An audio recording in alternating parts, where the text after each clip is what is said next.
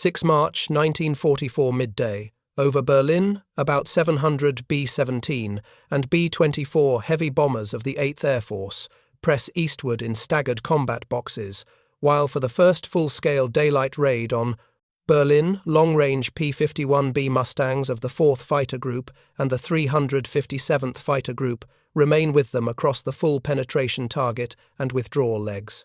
Combat radius reaches roughly 750 miles with one 85-gallon fuselage tank locked behind the pilot and two 75-gallon wing drop tanks still attached at the Dutch coast.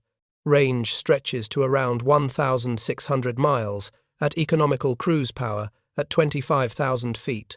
Luftwaffe early warning radars track the streams crossing the Zuider Zee and order every available single- and twin-engine fighter aloft from fields at Doberitz-Rangsdorf and Jüterbog. German pilots expect the familiar pattern American escorts peeling away near Magdeburg, leaving the final 150 miles undefended. Instead, the Mustangs stay high, conserving fuel at 25 gallons per hour, silver specks glinting above the bomber contrails. Climbing Bf-109 and Fu-190 pilots look upward and see no empty sky behind the bombers any longer. 45 minutes of combat time remain available over the capital itself at 61 inches of manifold pressure. When the first German formations push through the bomber defensive fire to begin their 12 o'clock, high attacks the P-51 seconds drop external tanks in pairs and roll inverted. Dive speed builds past 550 miles per hour within seconds. The vertical stack from 12,000 to 31,000 feet, once a safe assembly area for the defense, turns into a descending cascade of Mustang attacks. Berlin's sky becomes the trap. For 7 months, the 8th Air Force had refused to send heavy bombers back into central Germany without protection that reached the target. The lessons came at terrible cost. 17 August 1943 saw 376 B-17 seconds attack Schweinfurt and Regensburg. 60 vanished. Many more returned, so badly damaged that they never flew again. 14 October 1943 brought the second Schweinfurt raid. 291 bombers crossed the coast, 60 went down, 17 more crashed in England. Losses touched 28% of the force engaged. Production of replacement aircraft could not keep pace, and trained crews even less so. Lieutenant General Ira Eaker halted deep missions until long-range Escort arrived in strength. Operation Point Blank, the combined Chiefs of Staff directive issued June 1943, demanded destruction of the Luftwaffe fighter arm before any invasion of France could be attempted. The bottleneck was always radius of action. P-47. Thunderbolts, with one 75-gallon belly tank, barely reached Aachen before fuel state forced them home. P-38. Lightnings suffered chronic engine troubles in the cold and never appeared in sufficient numbers. Only one airframe and engine combination solved the problem. North American P-51B airframes, married to Packard-built Rolls-Royce Merlin V16503. Engines produced an aircraft that could fly 1,600 miles at economical cruise while retaining full combat performance above 25,000 feet. 2 108-gallon wing drop tanks carried under the wings, fed first. Then one 85-gallon tank bolted immovably behind the pilot supplied the final reserve. Internal fuel totaled 269 gallons total, with those external tanks reached approximately 485 gallons. At about 250 miles per hour in an economical cruise, the Mustang could remain airborne for roughly 6 to 7 hours on internal and external fuel combined.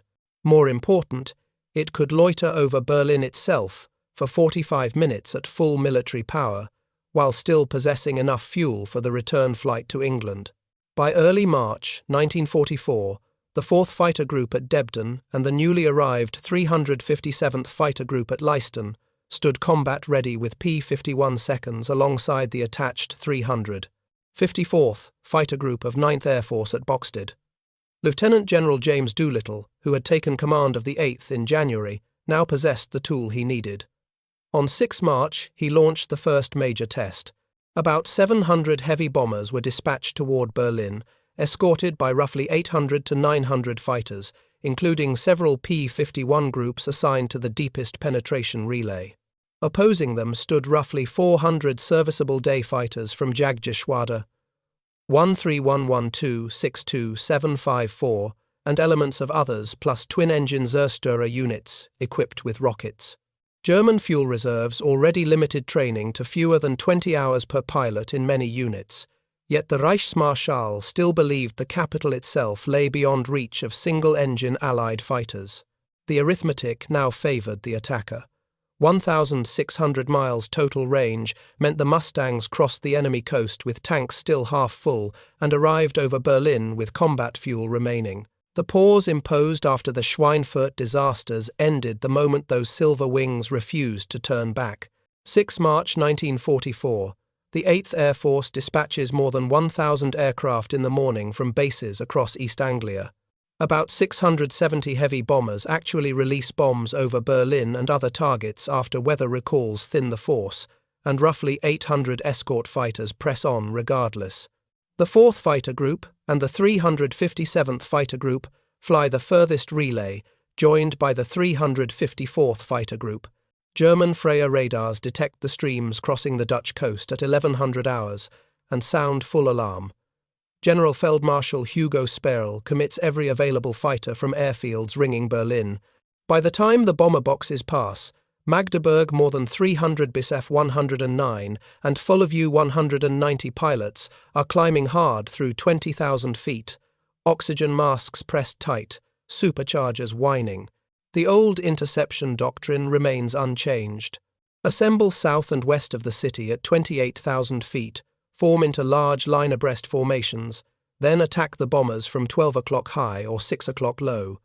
Pilots expect the usual gap. American escorts always turned back near the Dummer Lake, leaving 150 miles of open sky. At 1330 hours, the new reality arrives without warning. P-51 seconds of the 354th Fighter Group, orbiting at 31,000 feet on top cover, spot the German assemblies 20 miles southwest of Berlin. Colonel Bickel requests and receives permission for free sweep. 64 Mustangs release wing-drop tanks in shimmering pairs and roll downward. Altitude converts instantly to speed. Indicated airspeed climbs past 550 miles per hour within 15 seconds. Closing velocity against climbing German fighters exceeds 800 feet per second. German formation leaders see silver shapes falling vertically out of the sun and have no time to react. The first engagements occur at 25,000 feet above Brandenburg. Mustang pilots retain energy advantage of 150 miles per hour and altitude surplus of 5,000 feet. They fire disciplined deflection bursts from 400 yards, 50 caliber tracers converging on cockpits and engine cowlings. About 1,000 rounds in total provides roughly 15 seconds of continuous fire at normal combat rates. W-190 radiators erupt in white glycol clouds. W-109 canopies shatter under converging streams. German pilots ordered to press attacks on the bombers suddenly find themselves defensive, breaking downward or into desperate turns while still heavy with climb configuration.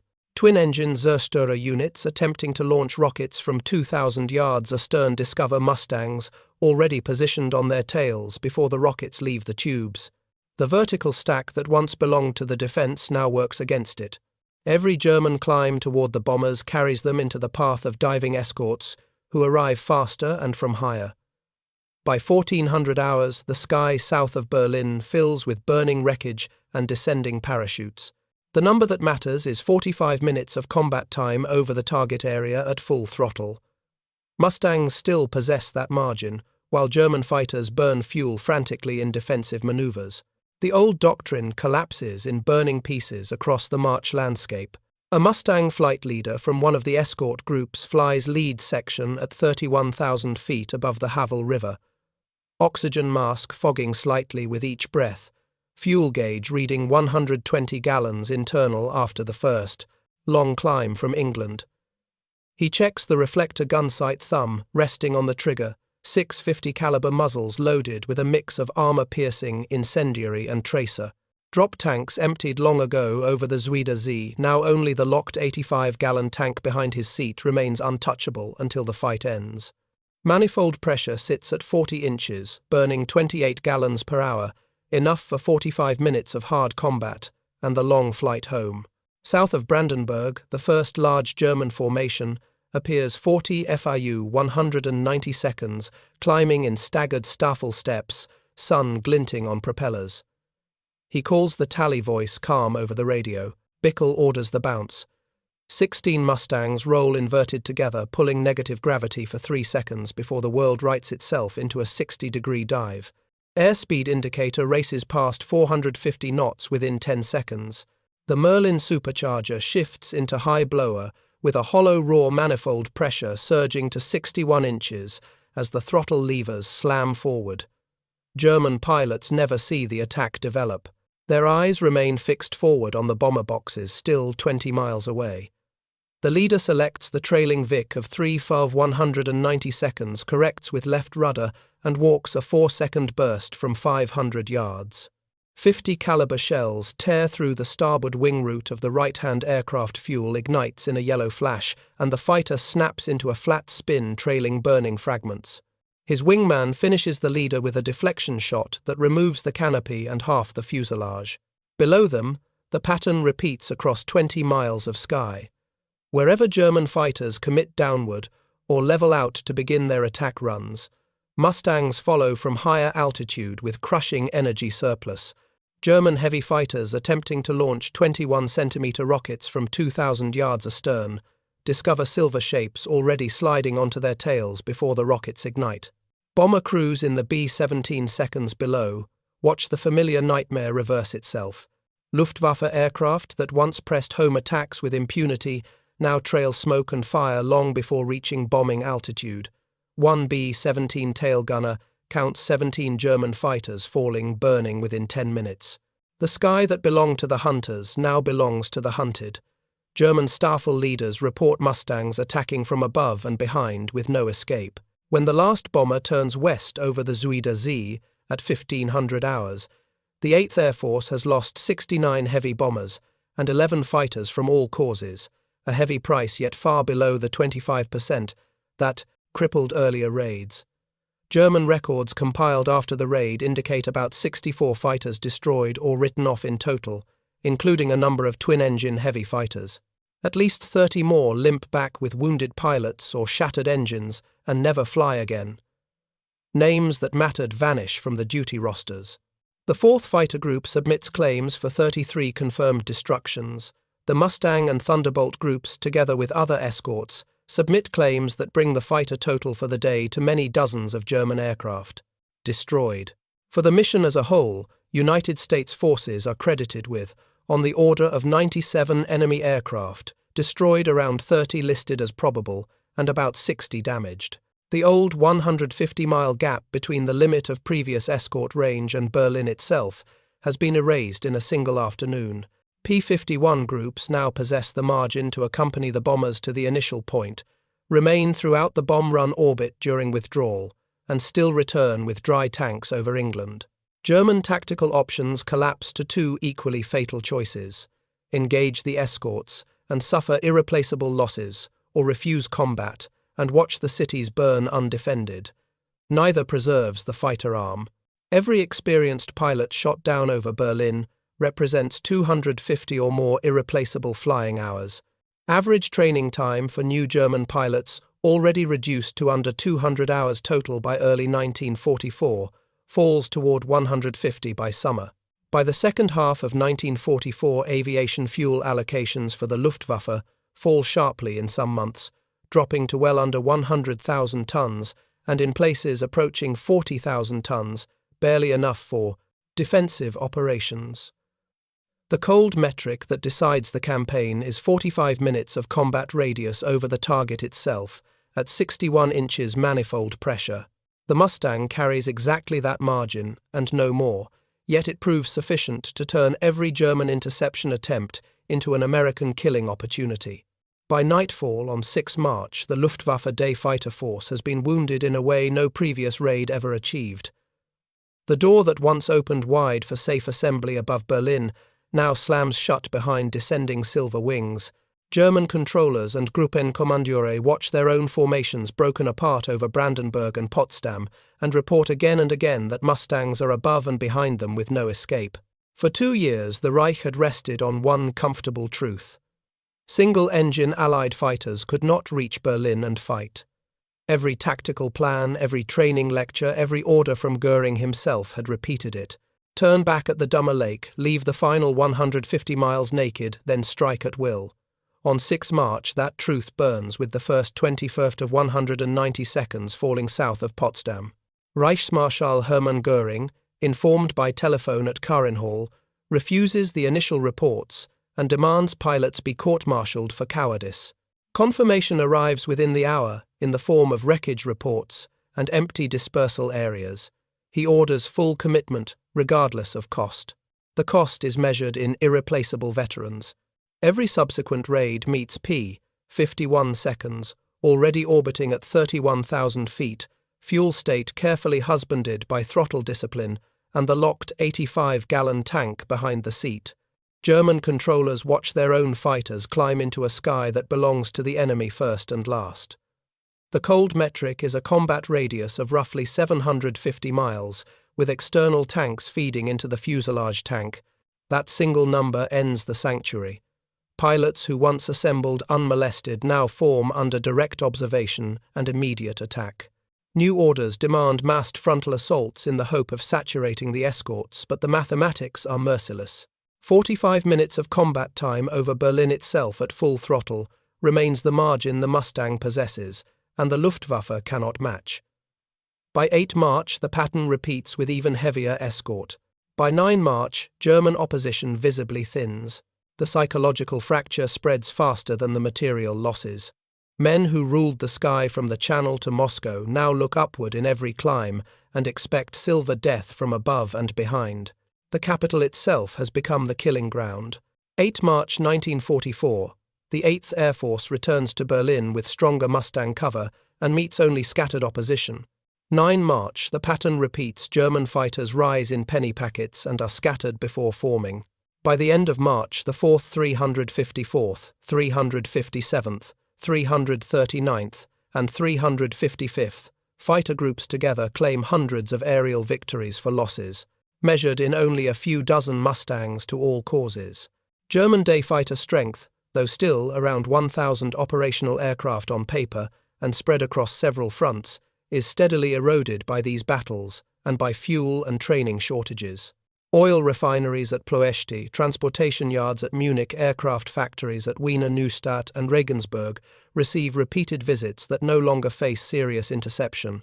Synthetic fuel production falls below 50% of requirement by May. When Allied troops storm ashore in Normandy on 6 June 1944, the sky above them contains no Luftwaffe day fighters worth counting. The Jagdwaffe that once drove unescorted bombers from Schweinfurt now survives only by refusing combat or dying in ones and twos. The decisive shift occurred on 6 March, when the P-51 Mustang, using external drop tanks, feeding a total fuel load of roughly 480 gallons, including an 85-gallon fuselage tank, proved it could reach Berlin, fight for 45 minutes at full throttle and return. That margin, measured in gallons and minutes, ended the last German sanctuary and turned the entire Reich sky into the same kind of killing box Berlin experienced first. Air superiority over Western Europe is no longer a goal. It is an accomplished fact, sealed the day the Mustangs refused to turn back.